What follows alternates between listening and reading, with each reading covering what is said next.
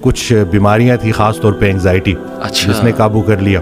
تو پھر ایک اور جرنی سٹارٹ ہوئی, کیونکہ اب میں لوگوں کو اگر انگزائٹی کے اوپر ٹریٹمنٹ بولتا تو میں کہتا ایکسرسائز کرو, ڈائٹ کرو, وہ تو میں کرتا تھا. بالکل ٹھیک. پھر مجھے انگزائٹی کیوں ہوئی, تو اسی طرح سے پھر بیچ میں وہ جرنی سٹارٹ ہوئی. تو بڑا کچھ ہوا ہے جو کہ آج انشاءاللہ ہم ڈسکس کریں گے.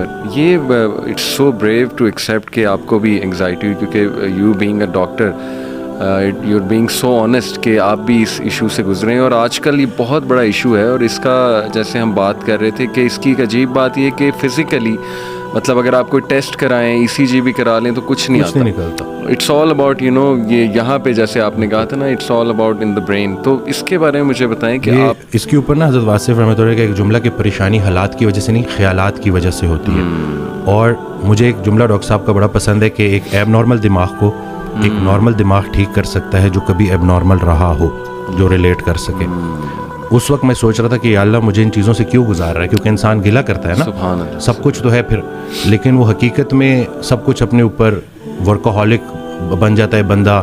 عبادات نہیں تھی, اور اس مطلب پوری اس ایکویشن میں اللہ کے علاوہ سب کچھ تھا. صحیح, وہ برائے نام ایکسرسائز تھی, لیکن وہ بلیو اپنے نہیں آپ تھا, کو فیتھ آکوپائی کرنے کی کوشش کرتا ہے سپر ڈوپر بندہ. تو وہ, اور کہتے ہیں نا اپنی حیثیت سے زیادہ نام پھیلاؤ گے تو پریشان ہو جاؤ گے. صحیح. تو ہاں, اللہ کے ساتھ تعلق قائم ہو تو پھر ان پریشانیوں سے بندہ نا, آتی ہیں پریشانیاں کیونکہ اللہ کی طرف سے, لیکن ان سے نکلنا آسان ہو جاتا ہے. میرا جو 3 سال ہے نا وہ بڑی پینفل جرنی ہے, کیونکہ میں مطلب کبھی ایک دروازے پہ کبھی دوسرے دروازے پہ, پھر ٹیسٹ کراؤ, ٹیسٹ میں کچھ بھی نہ نکلے, پھر خود سے کویشچن کرو, پھر اچھا پھر یہ ہو جاتا ہے کہ ڈاکٹرز بھی تنگ پڑنا شروع ہو جاتے ہیں. وہ کہتے ہیں کہ پتہ نہیں یہ پھر آ گیا ٹائم ضائع کرنے.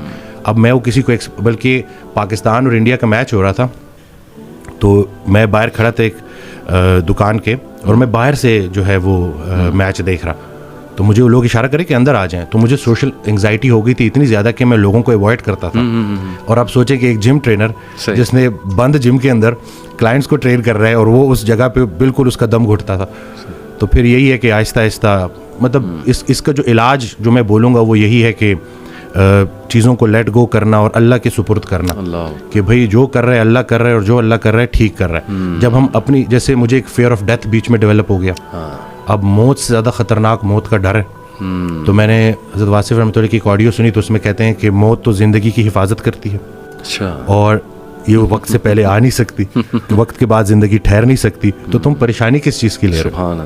فضل یہ نہیں ہے کہ انسان موت سے بچ جائے, فضل یہ ہے کہ موت آسان ہو جائے, چلتا پھرتا رہے, راضی رہے. کسی نے ان سے پوچھا کہ مجھے کیسے پتہ چلے گا کہ اللہ مجھ سے کتنا راضی ہے؟ تو کہتے ہیں کہ جتنا تم اللہ سے راضی ہو اتنا اللہ تم سے راضی. تو بس اس میں یہی ہے کہ گلے شکوے